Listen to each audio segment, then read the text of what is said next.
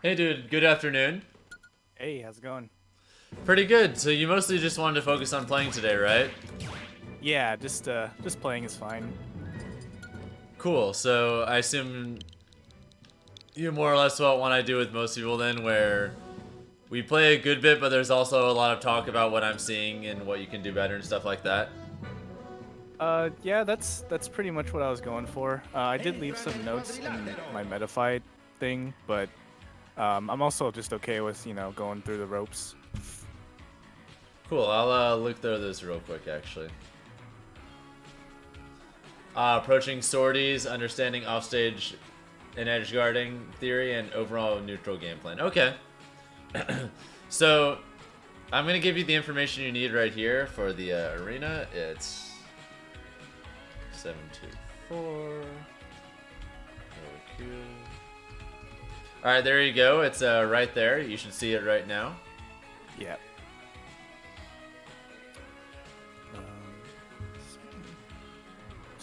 So just come on in, and so what I do with most people is I'll play the first game without really saying anything, and then for the games past that, we'll talk a lot more about the things I see. And I usually like to bring up a lot of points, even just after the first game as well, because usually the first game is more than enough for me to have a massive amount of information. So there's a lot to go off of just from that, and we'll start from there. Cool. Sounds good to me.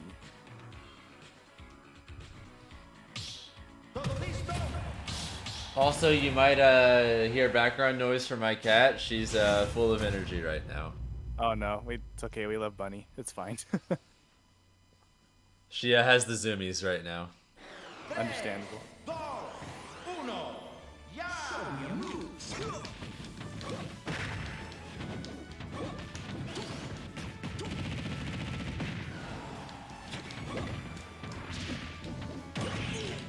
Oh yeah. Oh yeah. Okay.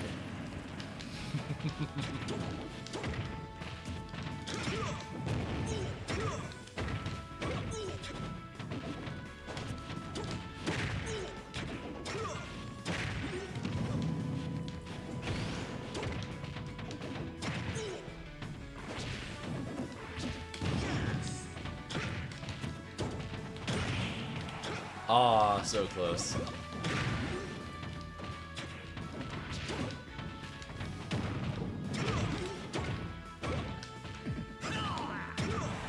Oh! Interesting anti-air option.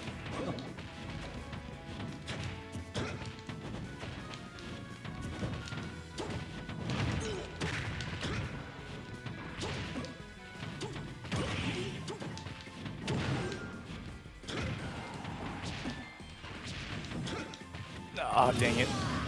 I like the idea behind the drift. Just a little too far away for that to work.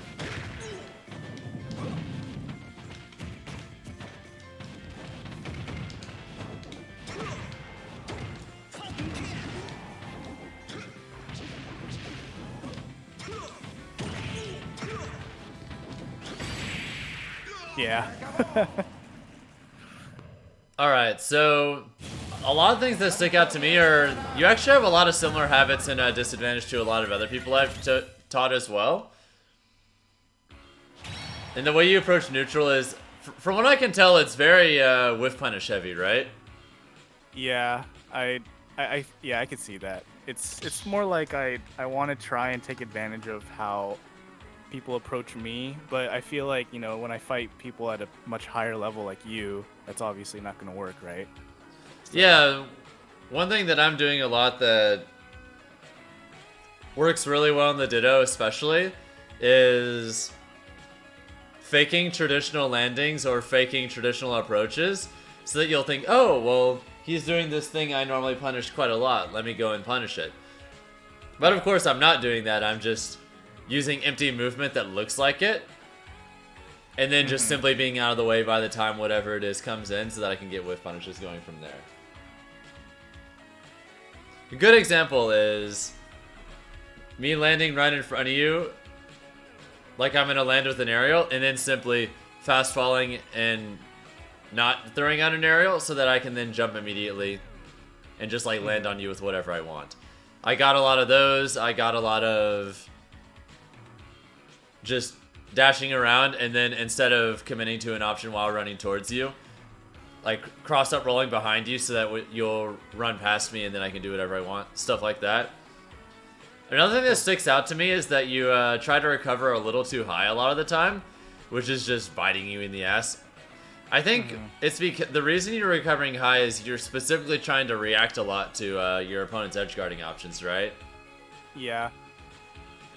Yeah, I realized that because I would specifically drift towards you and then just throw myself off stage, not necessarily to try and hit you, but to make it look like I'm going to come after you, so that you'll then recover high, and then I just go back on stage and cover the option. Like, that's what happened with that one up tilt there. That's how I've caught a decent amount of the other double jumps. I think a lot of problems I noticed I had was I would use my double jump too early, and like you said, it would bite me in the ass just like there. So yeah, and one of the reasons why that's an important thing to save is from your opponent's perspective. As long as you have your double jump, they have to, with the options they're going to choose to try and counteract whatever you're doing, they have to factor that in as a possibility. The moment you burn your double jump, they no longer have to factor in that possibility, which means that it just becomes way easier to cover what you do have. Nice.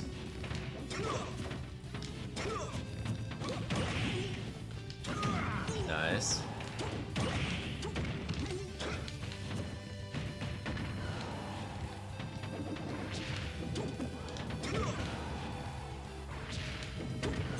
yeah, you did already. That there was. Yep, and it's really easy to cover that option at that point too. So what can you do instead? Probably because I was trying to do a double jump attack from this ledge. Probably just do something else. Okay, but what's something else and why? I could probably do like if I'm from like right here, or if I'm already off the edge. If you're already like further out here, like there or whatever. I could just try and recover late like that, or I can like recover and drift.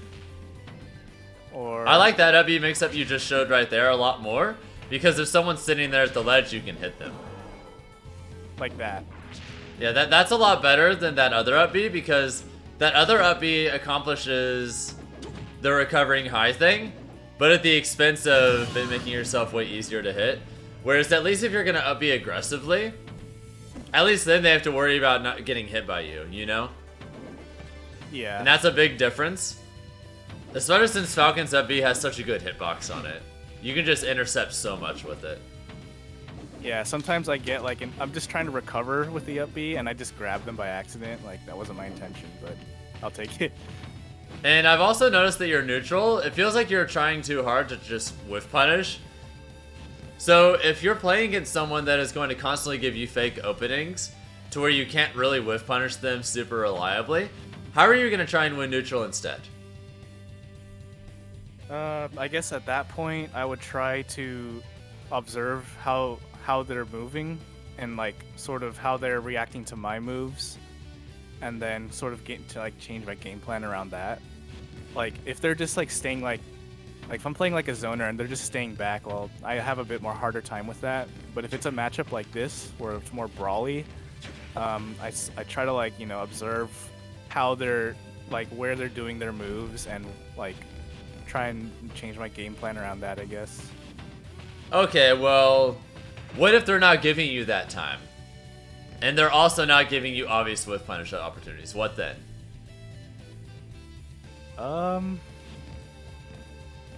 I guess I just approach them and I see what they do from there. That's like kind of all I can really think of. Like if But what does that even mean? Like, what do you mean by see what they do? Like, are you going to be basing your decisions off of what you see? Are you trying to use what you see as the basis for movement reads? Are you trying to just are you just trying to stay out of the way and just hope they'll mess up? Like, specifics.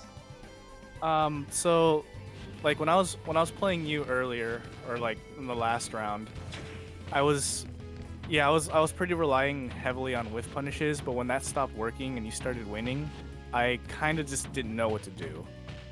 Okay, well, And we can I work think on that. Yeah, that's sort of my weakness right now. Okay, so what you want to be doing when you can't rely on whiff punishing is focusing on passive stage control. So what that really means is, think about my current zone as being represented by where I'm currently standing. So if I'm about right here, say there are 3 zones that I could be in at any given time your brain processes where I am. Because human reaction times are somewhat limited, you can't necessarily guarantee that the last position you processed I was in is going to be where I am when you try to hit it, right? Yeah. So because of that, you can either try and hit this little zone, which is just where I am right now. You can try and hit me as I'm in the zone closer to you, or the one further away. So from a logical perspective, if you aren't able to just rely on whiff punishing, which one should you mostly focus on pressuring? And why? So you said there's one close to me, one here, and one here, right? Yeah, there's the one close to you, there's the one I'm currently standing in, and then there's the one behind me. Which one, from a logical perspective, makes sense if you aren't going to focus on whiff punishing? I preferably would like to keep the stage control. So I feel like the closer you are to the stage, the more presence I'll have, I guess. Okay, so you're basically saying you want to pressure the zone closest to you first. Yeah. Okay, and that's correct. Because think about it this way. If you're sitting in my face and throwing out moves, it means I can't be there or you'll hit me.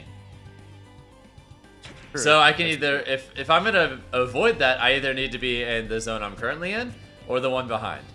If you're encroaching on that space, then that means I also lose access to a zone I had before, and now my allocation of zones has changed to where there's the one I'm currently in and the one behind me.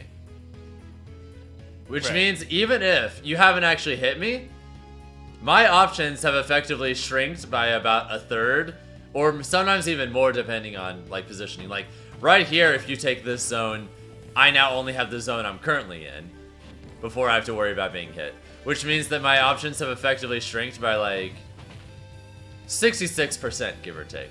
Which is a massive number. And even though Falcon doesn't exactly have the biggest hitboxes in the world, outside of up B and up smash, that doesn't mean that we can't cover space with what options are left.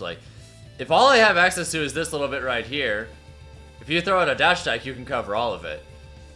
Which means that you can smother a significant portion of my options with one move. And all you had to do was simply not even hit me, but simply discourage me from being able to occupy other space. I see. So, okay, so by focusing on squeezing them into a corner, it's how you basically take away their options, and then it's not too hard to cover what they have left, especially with how fast Falcon is. So it's basically like a traditional fighting game where there's walls and you get the corner pressure. Okay, I see.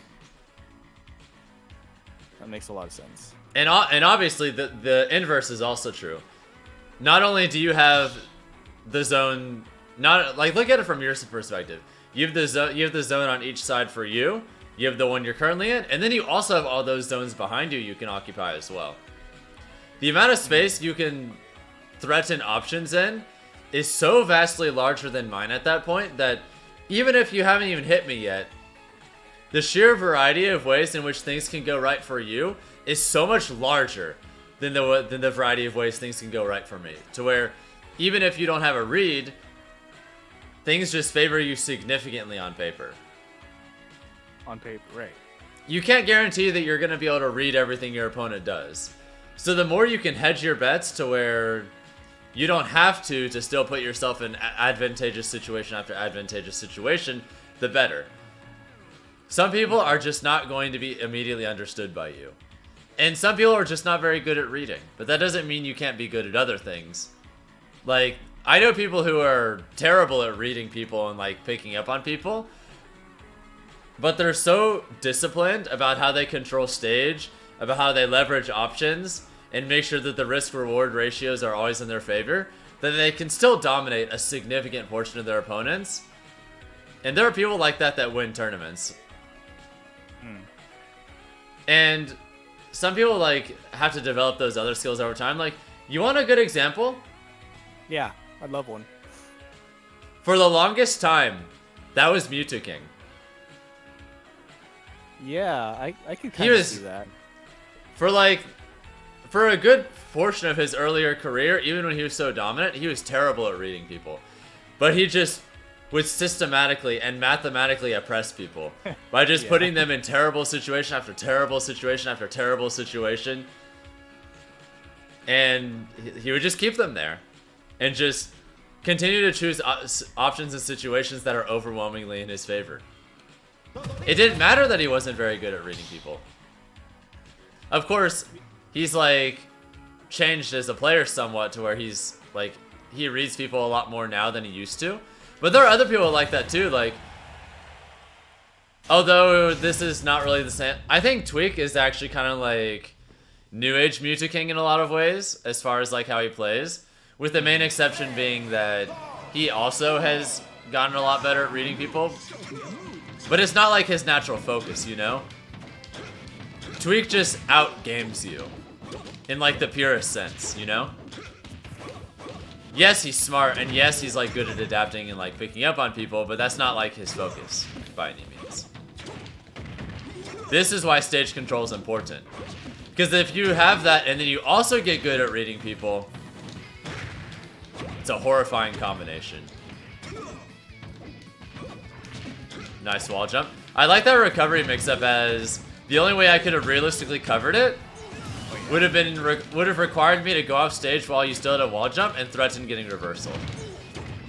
Like, that is an example of you leveraging things in your favor, to where, sure, disadvantage is inherently disadvantageous, or, you know, it wouldn't be disadvantage. But at least in that position, you've created something where there are ways in which things can go wrong for me, where they simply couldn't before.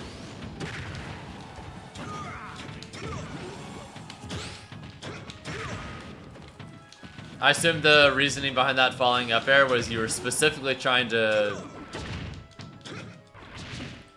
God, I suddenly lost my words. Oh, you're specifically trying to do falling up air into knee, just reading a neutral tech? Or whatever? Yeah, I was trying to read a tech.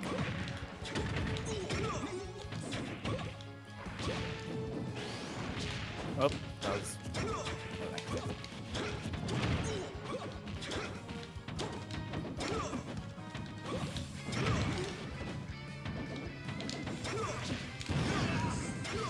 I like that up B. Good weight. No.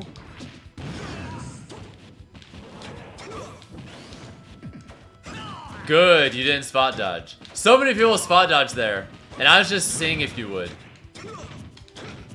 That's a death sentence if you do, obviously. Not against that terrifying move. Yeah, up smash is insane. Definitely one of Falcon's best moves at this point. You burned the double jump and you died for it. Yeah, I know. You did it again.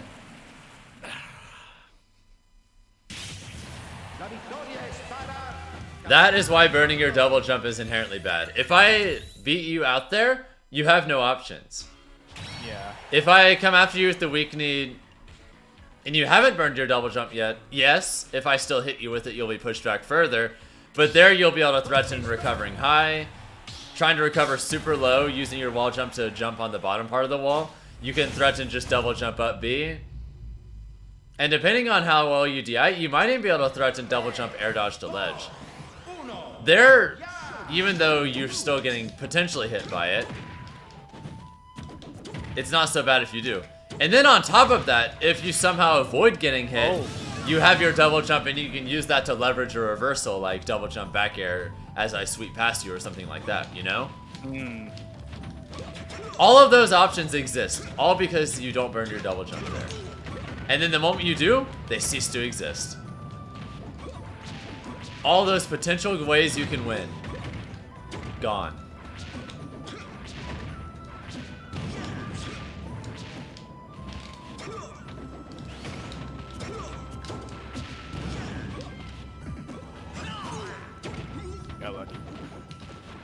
And what's funny is I still got a decent follow-up. Up smash is crazy. You burned the early recovery again. You gotta be brave. Yeah, I'm like not confident in how my up B is gonna save me, or how far I can push it.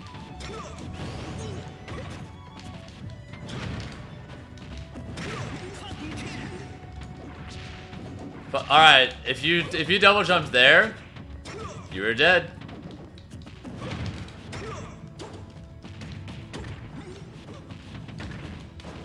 I'm gonna just repeatedly put you in these situations where if you do that, you die.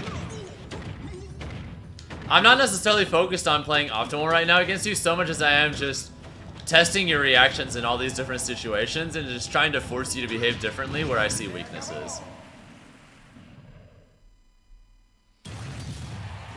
Okay, yeah, that's fine because I need to be able to recognize patterns like that. Yeah, so with that in mind, what exactly are you looking at when you're playing? Like, are you spending most of your time looking at me? Are you spending like some of it looking at yourself so that you can like for positioning purposes, or what? So I try to focus on the opponent as much as I can, but there's like situations where I need to look at myself just so I know I'm in the right spot for certain things, I guess. Like if I want to do like a dash attack, I don't want to like do it when you're shielding, but maybe if I space it enough, it'll be better. So I guess it's mostly looking at you. Okay. Well, I want you to change that to 100%. Okay. That might seem kind of difficult, but the whole thing is you want to make sure that you're giving yourself as many opportunities to learn from what your opponent is doing as possible. And if you spend even a moment not looking at them, maybe they'll do something in that moment that you missed out on. And now suddenly you're missing a crucial piece of information of something that could have maybe led to you winning a game. And on top of that, if you're having issues where you feel like you need to do that, to me, that's not like a strategic problem. That is specifically a you not being comfortable enough with your character yet to where you don't need to look at it. Do you need to look at your own arm and think about the process of it moving as you pick up a slice of pizza? No. No, you're simply tuned enough with yourself to where you simply think your brain decides it wants to pick up the piece of pizza and then you do just that. You don't need to watch yourself do it or positioning. You simply know yourself relative to like your peripheral vision or whatever, and you do what you need to do. You don't need to think about that.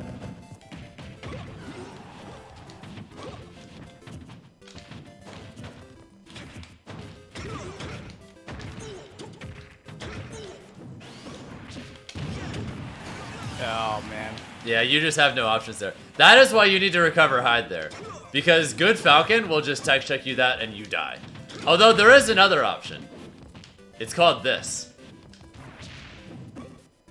Ye old reverse up B. Ah, I see. You can intentionally not grab them on purpose, so if they just sit there and try to grab you, you do that instead.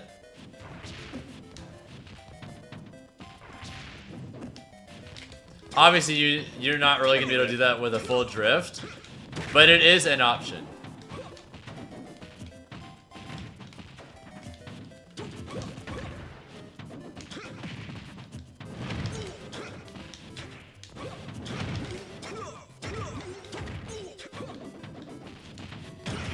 You did the thing again. Yeah. I keep giving you these fake landings, and you're just falling for them hook, line, and sinker almost every time. That's another situation where you have to focus on stage control, is when you're not sure of how they're going to be doing those landings. Oh, I messed up. Okay.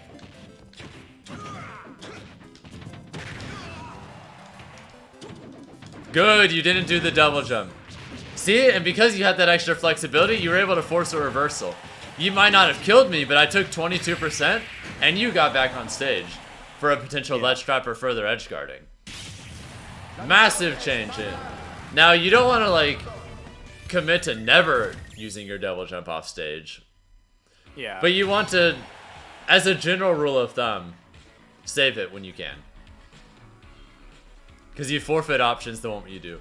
An example of a situation where you might want to burn it early is when you feel like if you get hit by something, you're going to die regardless of whether or not you have your double jump. A good example would be like if someone comes after you with the spike.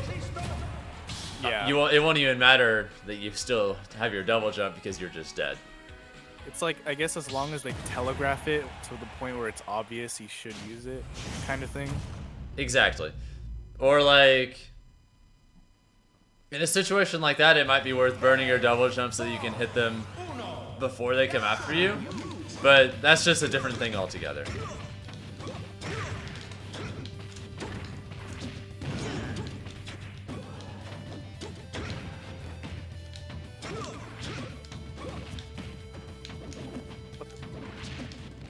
Yeah, that's a weird grab trade that can happen. Oh my god, I'm so dumb. So Yep, you had no options sorry. there. I'm trying to break the habit still, so.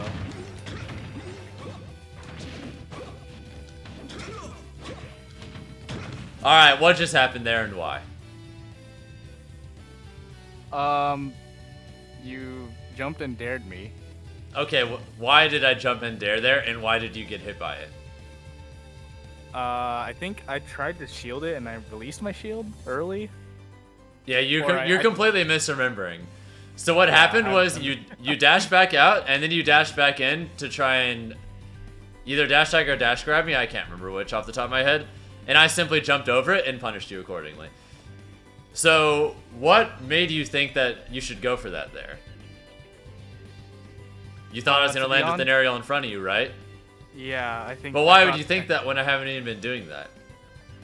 I don't know. I think it's just some, autopilot thing that happens in my head. All right, so I guess so. Autopiloting is bad. Let's stop doing that right now. So this is an exercise I recommend to a lot of students, but something I'd like you to focus on doing with a friend at some point or another is try playing games with them where it's just a normal game, but with one extreme restriction.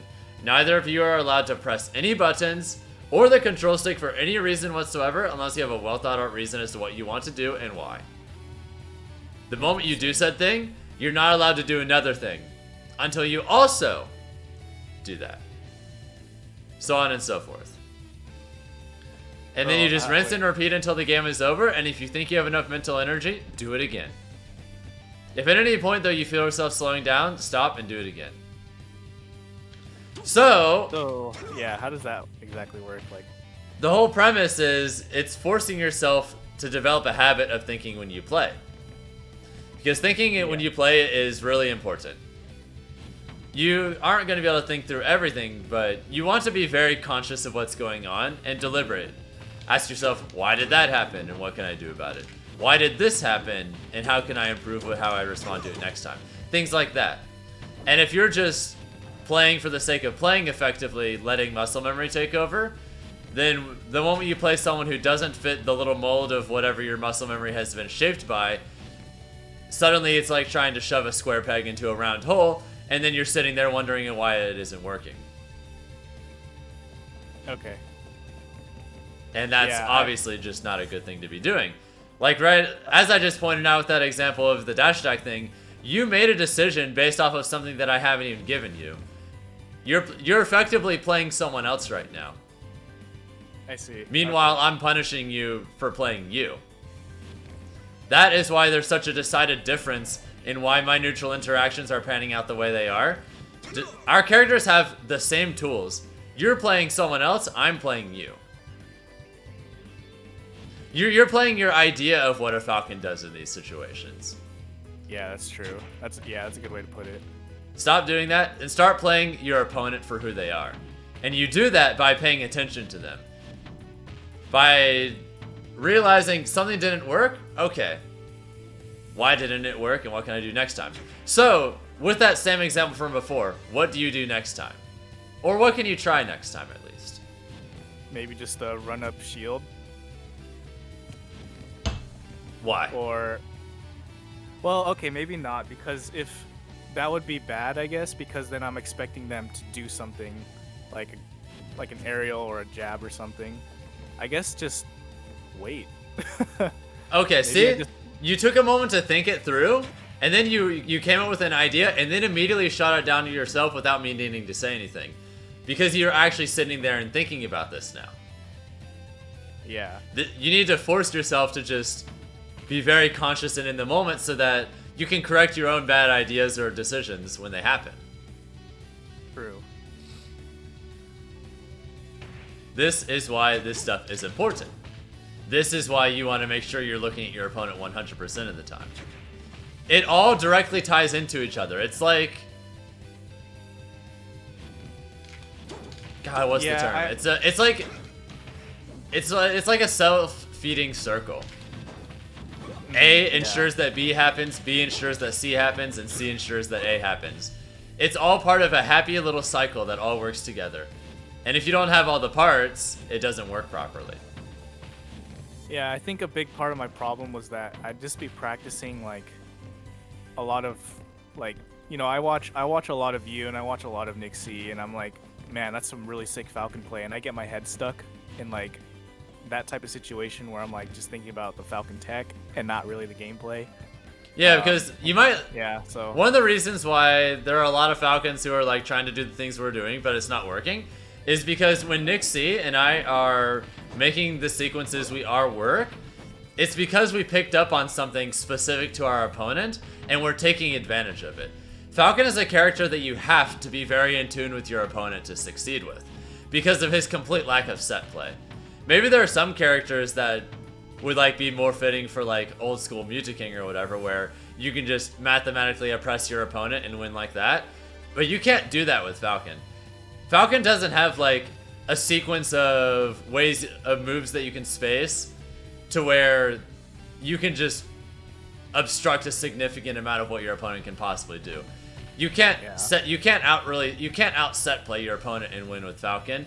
You have to figure out what your opponent's set play is and then find cracks in it, which is why it's important that you're very conscious when you play with this character. I see. All right, so you had the idea of doing nothing if I'm just gonna land, but does that doing nothing do anything? Like, are you gonna try and...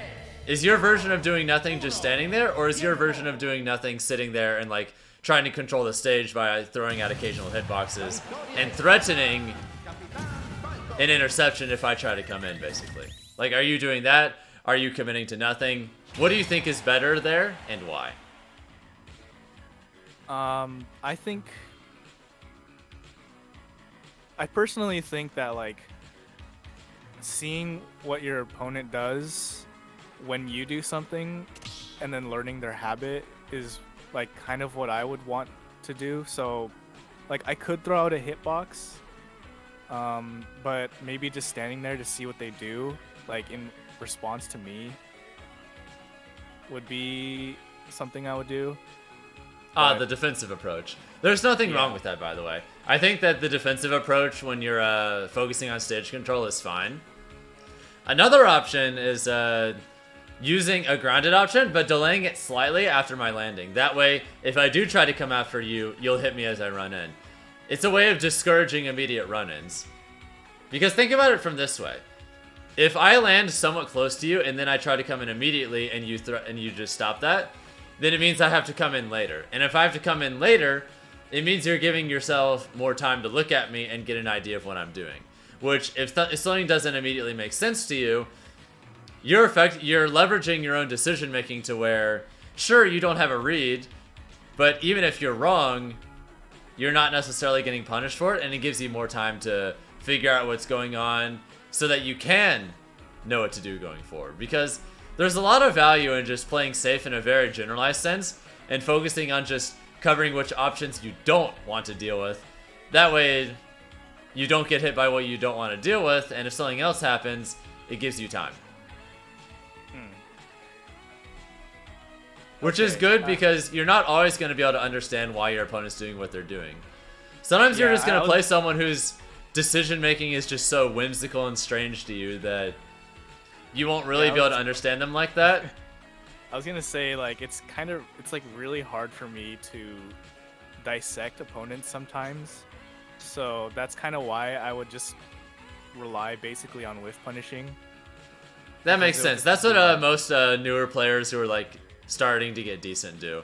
Because the mental game is usually what takes the longest to develop. So a lot of the time people kind of grow disproportionately. So you're like... You're like a cute little shack, but with no roof, basically. Like I've been playing this game since basically Melee, but the only difference is I only started playing more competitively and not just with friends in Smash 4. And now this is like Smash Ultimate is basically like me trying to really get out of my comfort zone when it comes to like competitive stuff. So I think just over all that time, I played, I didn't really get feedback from anyone, and it just developed bad habits. So this is my redemption arc, I guess. Yeah, a lot of that also just happens if you're playing people who are reinforcing negative feedback. Like, if you play people who are just, for lack of a better word, playing stupid, then if you get too used to punishing stupid, then you can forget how to just do better things. Also, there's like a lot of little like defensive set play that you can do as well. Like, did you notice how you weren't able to combo after your first neutral air? You got an early neutral air and you weren't able to get anything out of it. SDI, my friend. Try to develop a habit of SDIing everything. Hurts my thumb. Well, it'll hurt less over time as you get used to developing it. Kind of like if you play guitar without a guitar pick, your calluses will probably get sore if you play for like an hour or so, because the strings vibrating will like literally hurt you just a little bit. Yeah. But if you do it enough over time, eventually you'll get to a point where your hands get used to the little vibrations as you pick the strings, and then you stop being bothered by it anymore. It's like the SDI thing. Force yourself to do it, you will get used to it, the pain will go away, and then because the pain is gone, you'll then be able to do it that much more and get that much more efficient practice.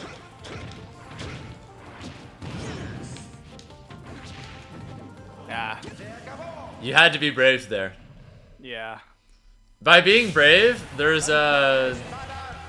what I mean by being brave there is just basically calling me out on coming out against you early there.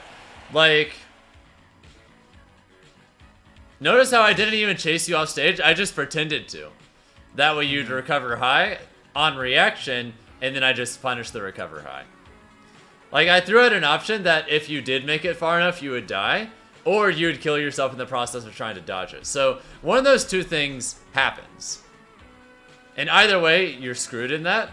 So, the best thing to do, if you think someone might do that, is just to be brave and just recover low anyway. Basically say, you're not going to come after me. I'm just going to go straight into it. Call their bluff, basically. Because that's essentially what that is. Is that what I did right there is effectively a bluff to make you overcommit.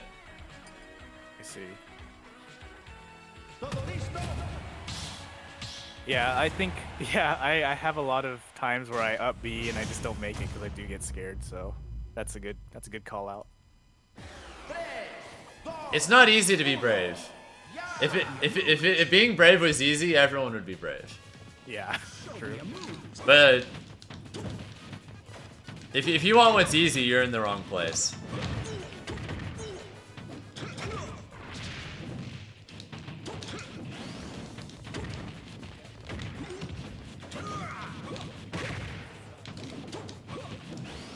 Nice.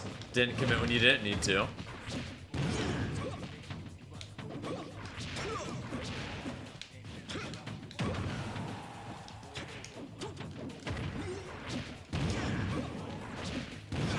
Alright, so doing that get up attack there is bad. Because there, if I just decide to come after you with that B, I can just hit you without having to take any additional risks.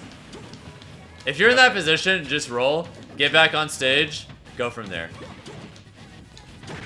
You have nothing to lose from rolling there.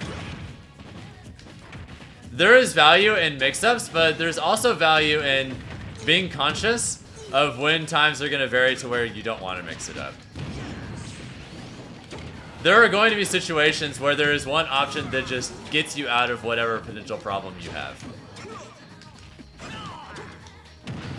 And that is one of them. Make sure to always ask yourself when you get hit, why did that just happen? And is there something I can do here that guaranteed gets me out? Because there are a fairly decent portion of the time, there is a correct answer that gets you out, at least in the moment. Mix-ups are good, but recognizing when the no mix-up is good as well is great. Not everything needs to be mixed up. Not mixing up the mix-up is also a mix-up. I don't know. That's why it's called the no mix-up mix-up. Although it's usually only something that really applies at higher levels of play. And the reason for this is, if you do the no mix-up at lower levels of play, they weren't reacting to the stuff you're doing and playing Yomi with you anyway. Like, Yeah, they weren't playing the mental game with you anyway, so you don't necessarily need to try and play it with them either. You can just choose better options, space your moves better, and you'll just win automatically, you know? Yeah, I noticed that too. It's like, I do something and, like, say like I jab them when they're shielding. I expect them to, like, you know, maybe roll away or jump or something, but they do the slowest, like, out of shield option, like an up B, and I'm like baffled sometimes, like a DK. Like another good example of why the no mix-up can be effective is if I'll tell you some examples of how I get away with it. People will look at me and they're like, "This guy's too smart. He's not gonna do the same thing twice in a row, right?" And they're just so sure it's not gonna happen that they get got. Sometimes the greatest value in learning to be smart is figuring out when you can be stupid. Which might sound really funny, but there's a little nugget of truth in there, you know? Yeah, oh boy. You establish a precedent of you being smart, and then you're like, wait a second. I can take advantage of this as well. It's just another tool for metagaming.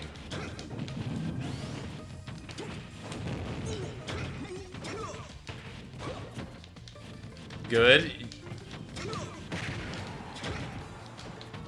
Good. You're doing a lot of these different options at disadvantage. I like it.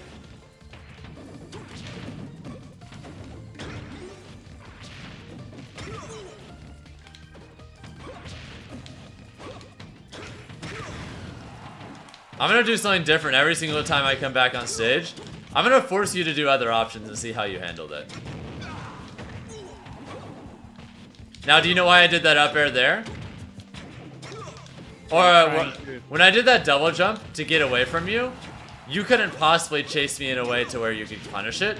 Even if you chased me with up B, it wouldn't have gone too far and you wouldn't have been able to hit me with it. Well, the higher up, I guess it's better. That is an example of being conscious in the moment and realizing, wait a second, he can't possibly chase me far enough if I double jump here. So I can reset neutral. You don't need to mix that up. You can simply be conscious that, yes, you cannot possibly punish me for that. Whereas if I do other options, maybe I will get punished. There is value in choosing the option that doesn't get you punished no matter what, and simply being aware that it exists in the first place.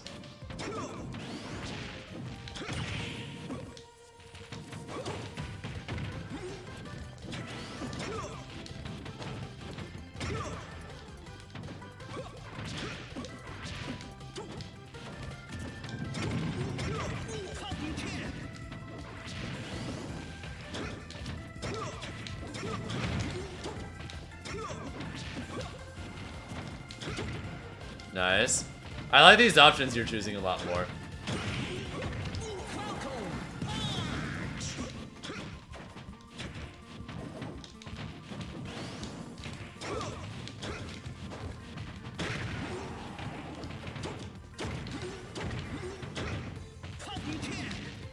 Oh, I missed the take it. I was trying to go for the stage. That's unfortunate. Even if you landed on stage, you would have died, but at least then, you would have died in a way that was in line with what you tried to do, you know? Yeah.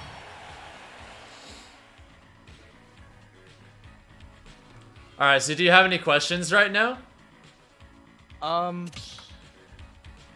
So the basic game plan for me right now, as far as I know, is to, one, always look at the opponent, and then two, my double jumping, like just high level, like my double jumping issue, I need to work on that and give myself some way to think about how my opponent's going to like sort of edge guard me, or just in general.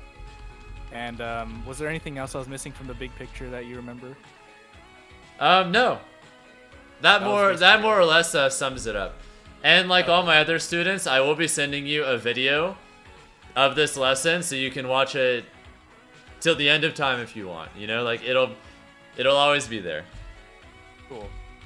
Yeah, now that I have two massive game plans to work on, I don't want to like overdo it for myself, so I think that's a good start for me. Alright, so with that in mind, does that mean you just want to like play friendlies and focus on specifically critiquing certain decisions and less on theory, and just focus on like more on strict gameplay for like the rest of it? Yeah, that sounds good to me. Okay, I'll do just that. Keep in mind that a lot of the ideas I'm throwing in your head, there's stuff that's not necessarily going to result in a dramatic change in your gameplay immediately. A lot of this is stuff that is going to take time. Yeah, understandable. Nothing is ever. Oh god. Like planting a seed for a mighty oak tree. It's not going to look like much for a little while, but just keep growing it, keep fostering all these things, and it will eventually be something beautiful.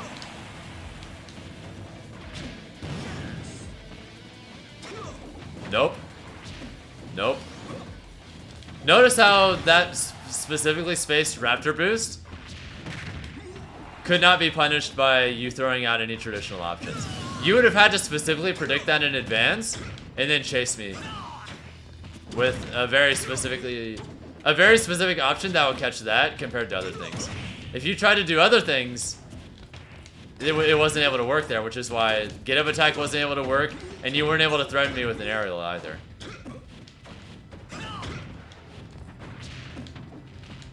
A lot of the options I'm choosing in neutral are specifically catered to what they have to be, to what you have to do in order to beat them out. Oh no. I went for that edge guard because that particular arc of weak knee would cover you if you tried to jump into it. If you tried to recover low, you get tech checked. And if you didn't do anything, then I'm simply able to then reposition myself and potentially get a kill anyway.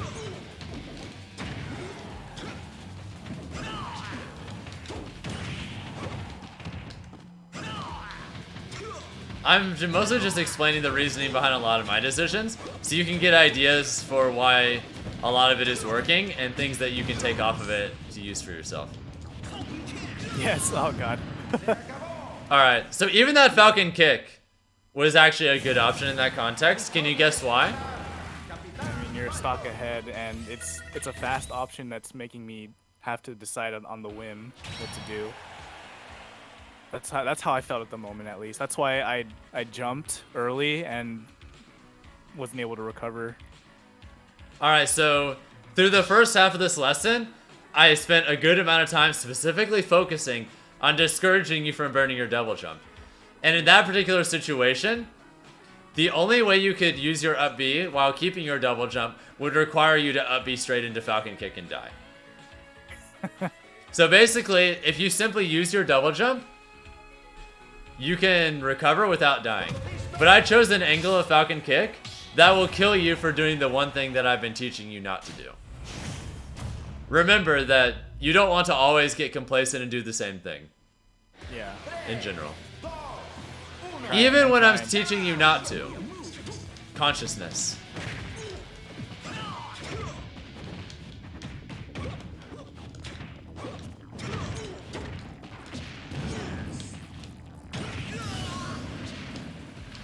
Now, do you know why that down air worked, out of curiosity?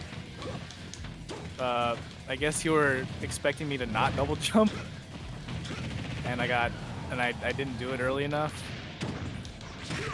Oh yeah, I don't know anymore. Actually, I think I'm like kind of too in my own head right now about how to recover properly. Good, I like that option. Covered a lot of the tech chasing possibilities. Down smash is pretty good for tech chasing just in general because of that. Yeah. Also, if you establish the threat of a lot of down smash, then it doesn't become too hard to cover what's left. Like if you make it to where someone feels like they have to roll away to avoid down smash, then it means that you can, once you discourage that, you can gain confidence in them rolling away and then use that to set up other punishes. Like at kill percents, you could say, go for like nair 1 here and to down air. You're like, oh, well they're scared of down smash. Why don't I punish that by killing them at like 50, you know? Yeah. Make sure that when you're like forcing options from your opponent, that you're thinking about what it represents to your opponent and how you can take advantage of it. Even if it's something as simple as you just down smashing a lot in tech chase situations and realizing that it will discourage people from teching in place or behind you.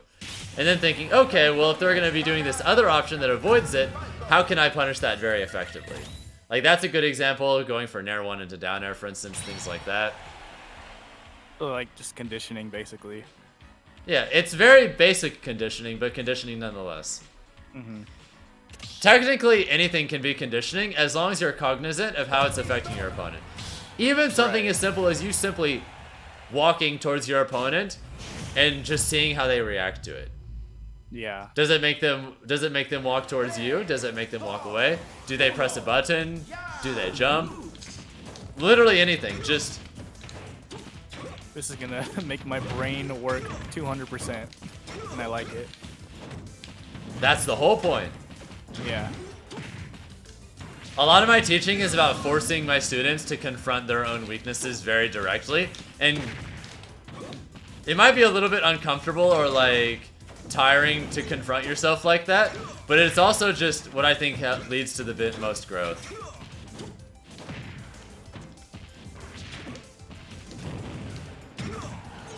I like that mix-up.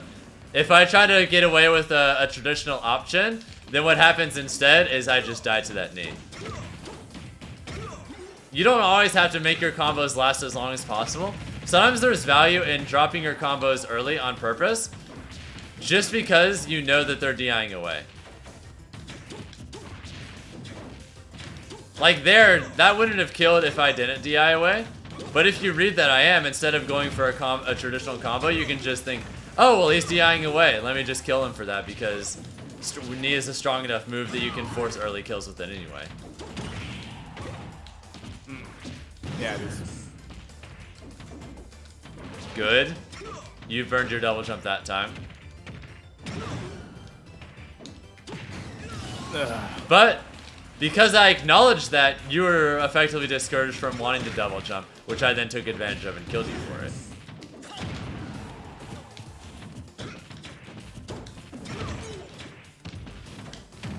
Oh my god. Remember how we were talking about the discouraging those rolls? Yeah. I was punishing you for the same stuff I was telling you about, and then I immediately turn around and show you an example of why that's effective. I could effectively rely on that knee happening, and then suddenly you're off stage and you get edge guarded and die.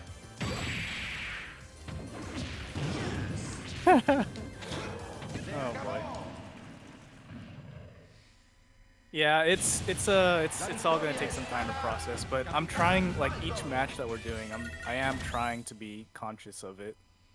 It's just like when I am, I kind of like it kind of lags, and then like things like you going off stage and punishing my not double jump, like that was me like trying to process what I'm doing right here. So For sure. Like I said, this is about just, it's effectively brute forcing your brain to rewire itself to think this way. Because one fundamental flaw in humans as a species is our brains try to find shortcuts in basically everything possible. And once we find shortcuts, we tend to like naturally gravitate towards them and try to make them the baseline of everything else. And you want to basically stop that from happening as much as possible. But that the brain's brute forcing of that is just its way of developing a lot of these habits that get people punished. Yeah, I definitely am gonna try to be more conscious, of course. So, I guess we can do one more and then call it a day. Well, the thing is, we did start slightly late, so I'm not gonna penalize you for the slightly late start. We can do 2 games, okay? Sure. We can throw in 1 extra game.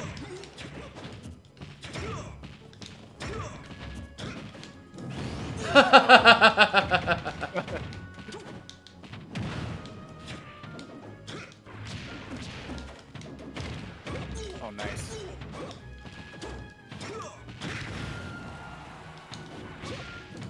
Alright, you did a different option that time. Very good. Because even if you're just shuffling options randomly, without a thought as to how it affects someone else, you're still forcing me to think about other options. It's a lot easier to cover, it's a lot harder to punish someone who's making me at least consider a lot of different possibilities than someone who's just throwing out rock every single time. Yeah.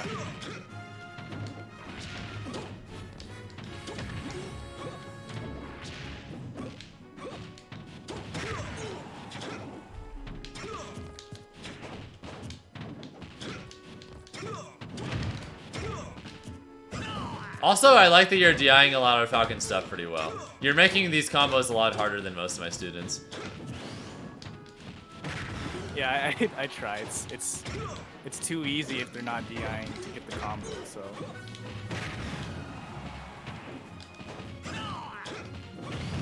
DIing is sadly a bit of an underdeveloped skill by a lot of people, I think. But like anything else, it's something you have to work on.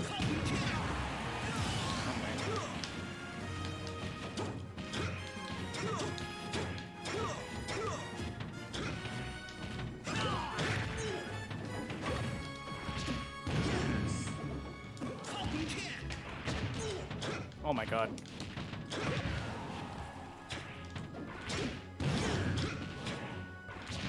Dead. Yeah. I double jumped. Yep. Okay. That Falcon kick just covered remaining options. There just wasn't anything else left you could do at that point. Yeah. I think during that match, I had a hard time, like, sort of figuring out how to, you know, like, how to consciously, like, be aware of you. And it was because you were doing the same to me, I felt like. So I felt like kind of stuck in a rut, if that makes sense. No, it makes perfect sense. I think a lot of it is just because your brain is thinking about all these things it's not used to. It's burning more energy than it naturally will once you get used to thinking about these things. Right. It's more it's tiring by virtue of its unfamiliarity. Oh my god.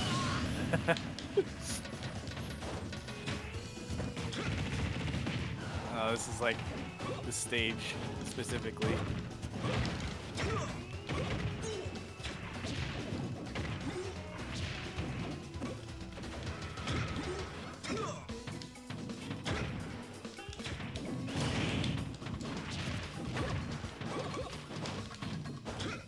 Not gonna get a kill off that easy. Gotta work harder for it. Yeah, I figured. I'm gonna force you to work for every little inch.